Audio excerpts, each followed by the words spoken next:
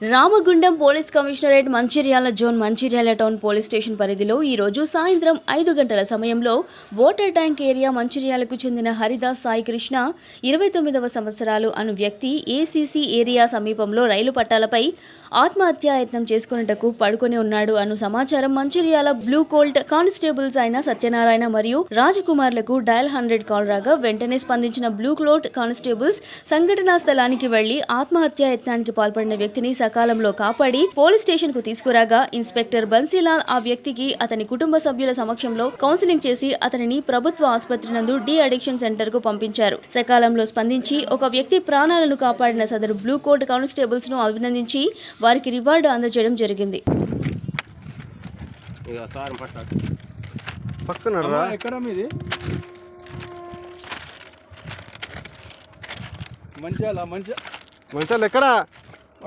మేము పోలీసు మాట్లాడుతున్నాం. Okay okay తీస్తున్నాం. మీరు మంచాల పోలీస్ స్టేషన్కి రండి. మంచాల రైల్వే స్టేషన్ దగ్గర ట్రైన్లో కాడ ఉన్నాం, మేము తీసుకొస్తాం. Manchala police station.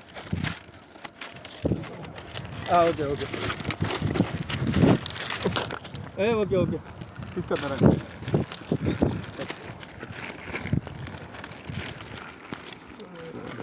ట్రైన్